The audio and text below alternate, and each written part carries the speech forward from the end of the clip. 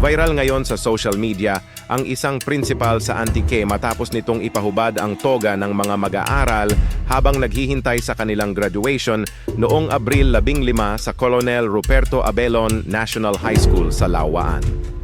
Sa video, maririnig ang principal na sinabing hubarin na lang ang toga base umano sa guidelines ng Department of Education.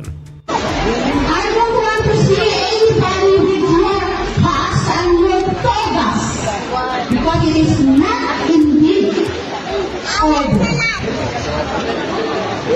Nagsaylo ko man sa iyong mga esplahan daw. Hindi, campus lang yan.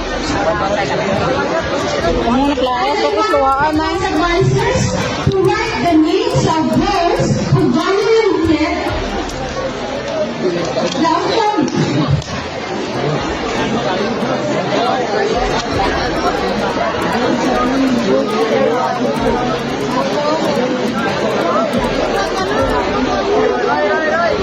The parents have a time now.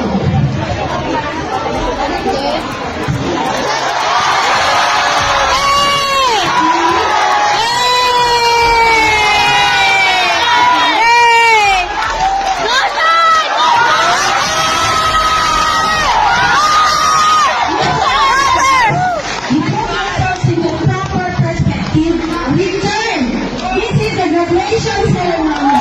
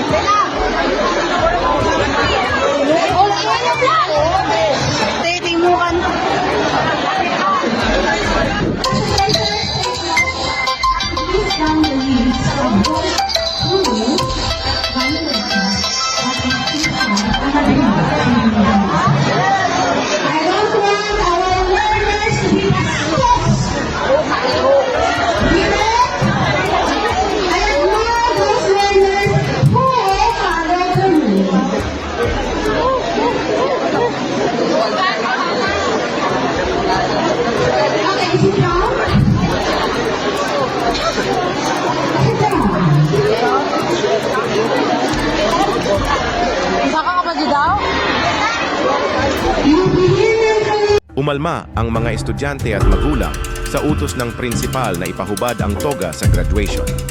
Inaasahan nilang magiging maayos ang seremonya, pero nabaligtad ito nang biglang i-anunsyo ang pagbabawal sa toga.